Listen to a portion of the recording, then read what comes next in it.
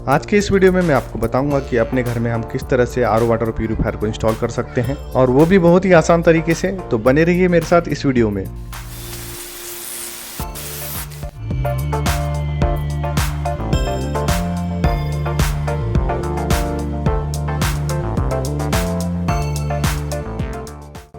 इसे मैंने online purchase किया है और ये लगभग 4000 के बजट में हमें मिल जाता है।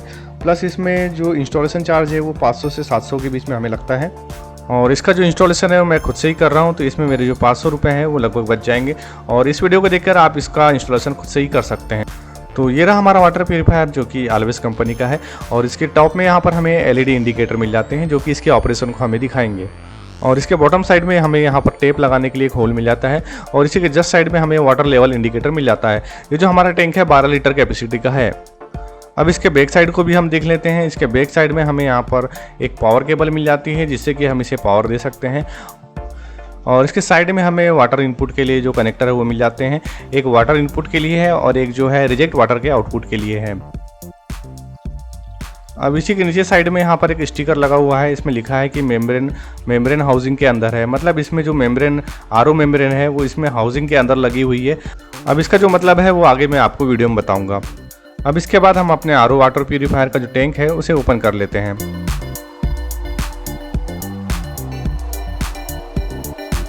तो ये हमने अपने प्यूरीफायर से वाटर टैंक को अलग कर लिया है।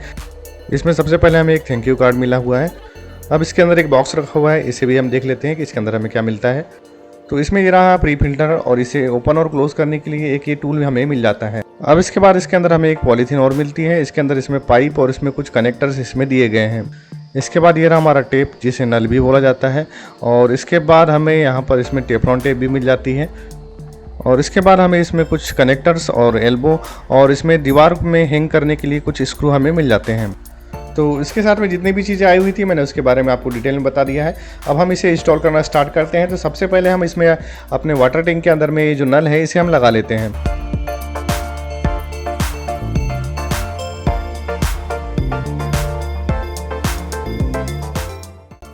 तो इस तरह से हमने अपने आरओ टैंक में जो ये नल है इसे इंस्टॉल कर लिया है। अब इसके बाद हम अपने प्री फिल्टर को भी देख लेते हैं कि इसे किस तरह से हमें इंस्टॉल करना है। ये प्री फिल्टर की हाउसिंग है, इसके अंदर हमारा जो प्री फिल्टर लगा होता है, और इसे मैं ओपन करके आपको दिखा रहा हूँ। इसके साथ में जो टूल्स आया हुआ था उसके साथ हम इसे ओपन कर सकते हैं बहुत ही आसानी से। कुछ कंपनीज जो है इसके अंदर जो प्री फिल्टर है उसे लगा कर नहीं देती है, वो अलग से पैकिंग में आपको मिलता है। लेकिन इसमें हमें जो प्री फिल्टर है इसके अंदर पहले से ही लगा हुआ मिल जाता है, तो इसे हमें खोलने की ज़रूरत नहीं होगी। पर इस वीडियो में मैंने आपको इसे ओपन करके दिखाया है कि इसके अंदर क्या होता है। इस प्री फिल्टर को हमें लगभग 3 महीने में चेंज करना होता है, और ये आसानी से मार्केट में मिल जाता है। अगर आपके पानी की क्वालिटी ज़्यादा ही ख़राब है तो हो सकता है कि आपको जल्दी ही चेंज करना पड़ जाए। अब मैं आपको इसे लगाने का तरीका बता देता हूँ कि किस तरह से हमें इसे लगाना है। तो इसे सिंपली हमें इसमें जो हाउसिंग है उसके अंदर इस तरह से रख देना है, और इसके ऊपर का जो केप है उसे लगाना होता है। तो उस केप को लगाने से पहले यहाँ पर हमें ये जो ओरिंग है इसे लगाना होता है, नहीं तो हमारा जो वाटर है वो लीकेज हो सकता है। तो ओरिंग जो है इसे हमें अच्छे से लगाना होगा। उसके बाद इसमें ऊपर का जो केप है इसे हम टाइट कर देते हैं जिससे कि हमारा जो वाटर है वो लीकेज ना हो। इसे और अच्छी तरह से टाइट करने के लिए हमें एक स्क्रू ड्राइवर लेना होगा, और इसमें यहाँ पर एक होल दिया हुआ है, इसमें यहाँ रख करके इसके साथ में जो टूल आया हुआ था इसका यूज़ करके हम इसे और अच्छी तरह से टाइट कर लेते हैं। अब आगे के इंस्टॉलेशन के लिए ये टेफ्लॉन टेप हमें मिली हुई है इसी के साथ में, तो इसका यूज़ हमें होगा। तो इसका यूज़ करके हम इसके साथ में जो एल्बो है इसे हम लगाएंगे। तो इसे लगाने के लिए सबसे पहले हम इस टेफ्लॉन टेप को अपनी इस एल्बो के ऊपर में लगा लेते हैं, और हल्का सा इसमें लगाना है, थोड़ा सा इसमें लपेट देंगे, और उसके बाद हम इस एल्बो को अपने जो प्री फिल्टर है उसके अंदर हम लगा देंगे। इसी टाइप से हम ये दूसरी एल्बो है इसे भी हम लगा लेते हैं। इसमें जो दोनों एल्बो हमने लगाया है, एक तरफ से हमारा जो पानी है वो इनपुट होगा और दूसरी तरफ से हमारा जो पानी है वो आउट होगा। तो इस तरह से हमने अपने जो प्री फिल्टर है उसे इंस्टॉलेशन के लिए तैयार कर लिया है। अब इसके बाद हम अपनी आरओ यूनिट को भी देख लेते हैं। इस आरओ यूनिट के यहाँ पर नीचे साइड में यहाँ पर हमें एक फ्लोट स्विच मिल जाता है। इसका काम होता है कि हमारा जब टैंक पानी से भर जाता है उसके बाद हमारी जो आरओ मोटर है उसे बंद करने का होता है। अगर ये आरओ मोटर हमारी बंद नहीं होगी तो हमारा टैंक पानी से फुल हो जाएगा और ये ओवरफ्लो होने लगेगा। अब इसके बाद हमें यहाँ पर एक पाइप दिखाई देता है, इसके अंदर से जो प्योर वाटर है साफ वाला वो हमारे टैंक के अंदर में जाता है। अब इसके बाद हमारी जो आरओ यूनिट है उसे हम अपने टैंक के ऊपर में लगा देते हैं। अब इसके बाद मैं आपको आरओ यूनिट को भी ओपन करके बता देता हूँ कि इसके अंदर हमें क्या क्या फंक्शन देखने को मिलते हैं। तो ये हमने अपनी आरओ यूनिट को ओपन कर लिया है। उसके बाद हमारे सामने वाले पैनल में एक कनेक्टर लगा हुआ है। ये जो हमारी एलईडीज़ है उसे पावर देता है। इस कनेक्टर को मैं इस तरह से यहाँ से निकाल लेता हूँ। उसके बाद हमारा जो सामने वाला पैनल है वो इससे अलग हो जाएगा। अब इसके बाद हमारे आरओ के अंदर में जो बाकी के फ़िल्टर है वो देखने को मिल जाते हैं। सबसे पहले यहाँ पर हमारी जो आरओ मेम्ब्रेन है वो लगी हुई है। इस वाटर प्यूरीफायर में सारी चीज़ें पहले से ही प्लेस होकर आई है, तो इसे निकालने की ज़रूरत है नहीं। वैसे मैं आपको दिखाने के लिए ये जो है आरओ मेम्ब्रेन आपको निकाल करके दिखा रहा हूँ। आरओ मेम्ब्रेन निकालने के लिए मैंने ये जो जिप टाई है उसे बाहर निकाल दिया है। ये इसलिए यहाँ लगी थी क्या, ताकि जो ट्रांसपोर्टिंग के टाइम ये जो हमारे फिल्टर्स है वो अपनी जगह से हिले ना। तो ये मैंने आरओ मेम्ब्रेन की हाउसिंग को बाहर निकाल लिया है। तो इसे मैं आपको ओपन करके भी दिखा देता हूँ कि इसके अंदर किस तरह से हमारी जो आरओ मेम्ब्रेन है वो इंस्टॉल होती है। इसके अंदर पहले से ही जो आरओ मेम्ब्रेन है वो इंस्टॉल होकर आई है। जैसे कि मैंने आपको पहले स्टिकर में बताया था कि आरओ मेम्ब्रेन हाउसिंग के अंदर लगी हुई है। तो ये रही हमारी आरओ मेम्ब्रेन इसके अंदर लगी हुई है। इसे मैंने आपको केवल दिखाने के लिए ही ओपन किया है, इसे ओपन करने की ज़रूरत नहीं थी।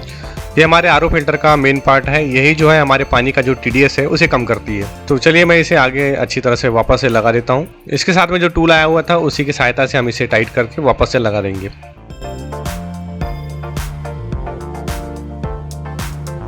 तो इस तरह से मैंने अपनी आरओ मेम्ब्रेन को अच्छी तरह से असेंबल कर लिया है। इसके बाद यहाँ पर आपको जो एल्कलाइन फ़िल्टर है वो देखने को मिल जाता है और यहाँ पर हमें यूएफ फ़िल्टर देखने को मिल जाता है। अब इसके बाद यहाँ नीचे साइड में हमें जो ऑरेंज कलर का है वो यूवी फ़िल्टर देखने को मिल जाता है। इसका काम होता है कि जो बैक्टीरिया और वायरस जो होते हैं पानी में उसको ख़त्म करने का काम होता है। अब इसके बाद यहाँ पर जो सेडिमेंट फ़िल्टर है वो लगा हुआ है और इसी के ऊपर में जो कार्बन फ़िल्टर है वो लगा हुआ होता है। अब इसके बाद यहाँ पर हमारी आरओ की मोटर लगी हुई है। ये प्रेशर से जो पानी है वो हमारी मेम्ब्रेन में पहुँचाती है और यहाँ फ्लोट स्विच लगा हुआ है। उसके बाद यहाँ पानी की सप्लाई ऑन ऑफ करने के लिए एक वाल्व लगा हुआ है। ये इलेक्ट्रोमैग्नेटिक वाल्व है जो कि हमारी मोटर ऑन होने पर ही ऑन होता है। उसके बाद यहाँ पर हमारी पावर सप्लाई है जो कि 24 वोल्ट की है। ये हमारे सारे सिस्टम को पावर देती है और बस इतना ही फंक्शन इसके अंदर दिया हुआ है। अब मैं इसमें जो पैनल है सामने वाला उसे मैं अभी इंस्टॉल नहीं कर रहा हूँ, क्योंकि मैं इसे लगाते समय चेक करूँगा कि इसमें कहीं वाटर का लीकेज तो नहीं है। अगर थोड़ा बहुत भी वाटर लीकेज होगा तो हमें आगे प्रॉब्लम हो सकती है। अब इसके साथ में जो कनेक्टर आया हुआ था उसे हम इंस्टॉल कर लेते हैं। ये हमारे जो पानी के जो सोर्स है उसमें लगेगा और यहाँ से जो हमारा आउटपुट है वो हमारे आरओ वाटर प्यूरीफायर में जाएगा। इसे लगाने से पहले हमें इसमें जो टेफ्लॉन टेप दिया गया था उसे लगाना होगा ताकि जो पानी का लीकेज है वो ना हो सके। इस कनेक्टर को हम अपने जो वाटर सोर्स है उसमें लगा सकते हैं। जैसे कि आपके किचन में जो सिंक लगा होगा वहाँ पर एक नल होगा, वहाँ पर हम इसे लगा सकते हैं। जैसे कि मेरे केस में ये जो सिंक है यहाँ पर एक नल लगा हुआ है, इसमें वाटर टैंक से जो पानी है वो आता है। इस नल को पहले हमें निकालना होगा और इसे निकालने के बाद ये जो कनेक्टर है इसे हमने यहाँ पर पहले लगाना होगा और इसके बाद हम इसके ऊपर में ये जो नल है उसे वापस से लगा सकते हैं। अब इसी सिंक के ऊपर में यहाँ पर हमें जो इलेक्ट्रिसिटी के लिए जो सॉकेट है वो मिल जाता है और इसमें हम आसानी से हमारा जो आरओ वाटर प्यूरीफायर है उसे आसानी से कनेक्ट कर सकते हैं। और जो हमारा रिजेक्ट वाटर का जो पाइप है वो हमारे सिंक के ऊपर में लगा देंगे, जिससे कि रिजेक्ट वाटर आसानी से बाहर निकल जाएगा। तो चलिए आगे हम अपने कनेक्टर को इंस्टॉल करना स्टार्ट करते हैं। तो इसे इंस्टॉल करने के पहले हमारा जो वाटर सोर्स है उसका जो वाल्व है उसे बंद करना होगा। उसके बाद हम अपना जो नल है उसे ओपन कर लेंगे। इसके बाद यहाँ जो पुराना टेफ्लॉन टेप लगा हुआ है उसे हम बाहर निकाल के अच्छी तरह से साफ़ कर लेंगे और इसके बाद नया टेफ्लॉन टेप हम इसमें लगाएंगे और इसके बाद ही हम इस नल को इसमें वापस से लगाएंगे।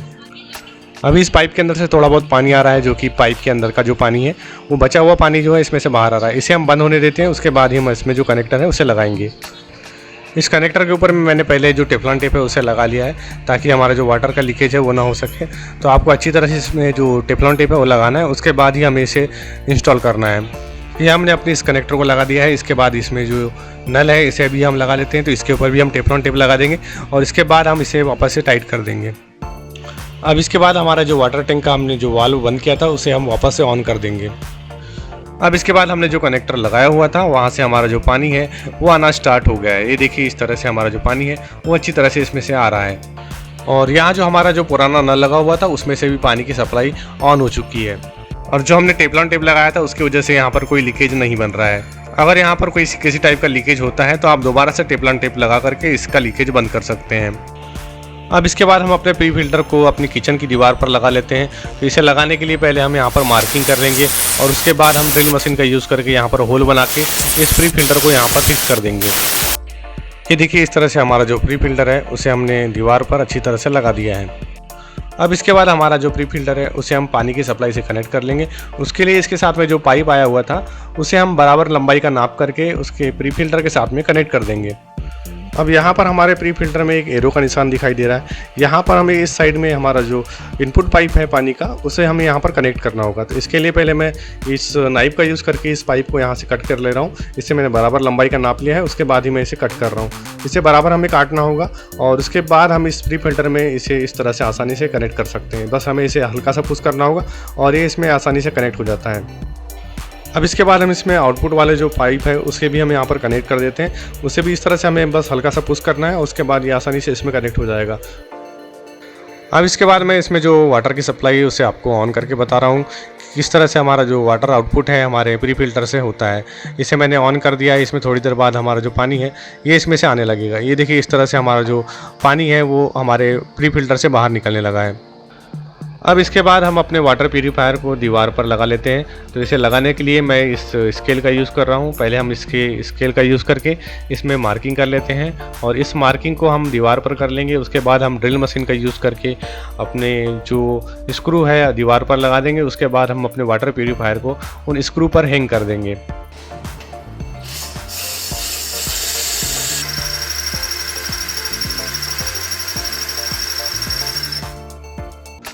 तो ये हमने अपनी ड्रिल मशीन का यूज़ करके दीवार पर होल कर लिया है। इसके बाद में हमारी वाटर प्यूरीफायर के साथ में जो स्क्रू आए हुए थे उसे हम दीवार पर लगा देते हैं और उसके बाद हम अपने वाटर प्यूरीफायर को इस दीवार पर हैंग कर देंगे। तो ये हमने अपने वाटर प्यूरीफायर को दीवार पर लगा दिया है। अब इसके बाद हमारा जो प्री फिल्टर था उसके जो आउटपुट पाइप है उसे हम अपने जो आरओ वाटर प्यूरीफायर है उसके इनपुट सप्लाई में जोड़ेंगे। प्री फिल्टर से आए हुए पाइप को मैंने पर्याप्त लंबाई का काट लिया है। उसके बाद मैं इसके इनपुट सप्लाई में अपने जो प्री फिल्टर का आउटपुट है उसे यहाँ पर जोड़ देता हूँ। और इसी के साथ में नीचे साइड में मैंने रिजेक्ट वाटर वाला जो पाइप है उसे भी कनेक्ट कर लिया है और इसे भी मैंने बराबर लंबाई का काट करके अपने सिंक तक के पहुँचा दिया है, जहाँ से कि हमारा जो रिजेक्ट वाटर वाला जो पानी है वो वापस जो बाहर है वो चले जाएगा। अब इसके बाद मैं अपने आरओ वाटर प्यूरीफायर को पावर सप्लाई से कनेक्ट कर दे रहा हूँ और इसे ऑन करने से पहले मैं इसमें जो पानी की सप्लाई है उसे भी ऑन कर दे रहा हूँ। इसके बाद हमारा जो पानी है वो हमारे प्री फिल्टर में जाना स्टार्ट हो गया है। इसके बाद मैं अपने जो आरओ वाटर प्यूरीफायर की जो पावर सप्लाई है उसे ऑन कर दे रहा हूँ। पावर ऑन करने के कुछ देर बाद हमारा जो टैंक है उसमें जो फिल्टर्ड पानी है वो जाने स्टार्ट हो गया है। अब इसके बाद हम इसमें चेक कर लेते हैं कि कहीं से कोई लीकेज है तो नहीं। इसमें जो इतने सारे कनेक्शन बने हुए हैं फिल्टर है, इनमें कहीं लीकेज अगर होगा तो हमें प्रॉब्लम होगी। तो इससे पहले हम चेक कर लेते हैं, इसीलिए मैंने इसका जो सामने वाला पैनल है उसे नहीं लगाया है। तो कुछ देर हम इसे ऐसे ही चलने देते हैं। कुछ देर बाद हमने देखा कि इसमें जो कहीं से लीकेज मुझे नहीं मिला है, तो अब हम इसका जो सामने वाला पैनल है उसे हम लगा देते हैं। तो उसे लगाने से पहले मैं आपको इसका जो पानी है, जो फिल्टर्ड पानी है, उसका TDS मैं आपको चेक करा देता हूँ। तो TDS चेक करने के लिए मेरे पास एक TDS मीटर है, तो इसका यूज़ करके मैं अपने पानी का TDS चेक करूँगा। तो पहले मैं अपने जो नल का पानी है उसे मैं आपको चेक करके बता रहा हूँ कि जो हमारा इनपुट में पहले जा रहा है पानी, उसका जो TDS है वो कितना है। तो ये देखिए हमारा जो रॉ वाटर है उसका जो TDS है 511 TDS हमें दिखाई दे रहा है। अब इसके बाद मैं आपको अपने जो आरओ का पानी है उसे भी चेक करके बता दे रहा हूँ कि इसका जो TDS है हमें कितना मिल रहा है। तो ये देखिए मैंने इसमें आरओ का पानी डाल दिया है। अब इसके बाद हमारा जो TDS है इसमें 133 मतलब 133 TDS इसमें हमें पानी का मिल रहा है। जैसे जैसे हम अपने आरओ वाटर प्यूरीफायर का यूज़ करते जाएंगे तो उसका TDS थोड़ा बहुत और कम होगा। और जो हमारे पानी पीने के लिए सही माना जाता है उसका जो TDS है 50 से 150 के बीच में होना चाहिए। इस TDS मीटर को मैंने ऑनलाइन परचेज़ किया था। अगर आप इसे खरीदना चाहते हैं तो इसका लिंक मैं आपको डिस्क्रिप्शन में दे दूंगा। वाटर प्यूरीफायर का पानी यूज़ करने से पहले इसका जो टैंक है उसमें 1-2 बार पानी को फुल होने देना है। उसके बाद खाली करके इसका पानी हम पीने के लिए यूज़ में ला सकते हैं। अब इसके बाद हम इसमें जो सामने वाला पैनल है उसे हम इसमें वापस से लगा देते हैं। ये हमने पैनल को वापस से लगा दिया है। इसमें जो LED लगी हुई थी वो ग्लो करने लगी है। अभी जैसे जैसे हम इस वाटर प्यूरीफायर का यूज़ करते जाएंगे तो इसका जो TDS है थोड़ा बहुत और कम होगा और जैसे ये रनिंग कंडीशन में आ जाएगा तो इसका जो TDS है वो स्टेबल हो जाएगा। अगर आप इस वाटर प्यूरीफायर को खरीदना चाहते हैं तो उसका लिंक मैं आपको डिस्क्रिप्शन में दे दूँगा। तो आज की वीडियो में बस इतना ही और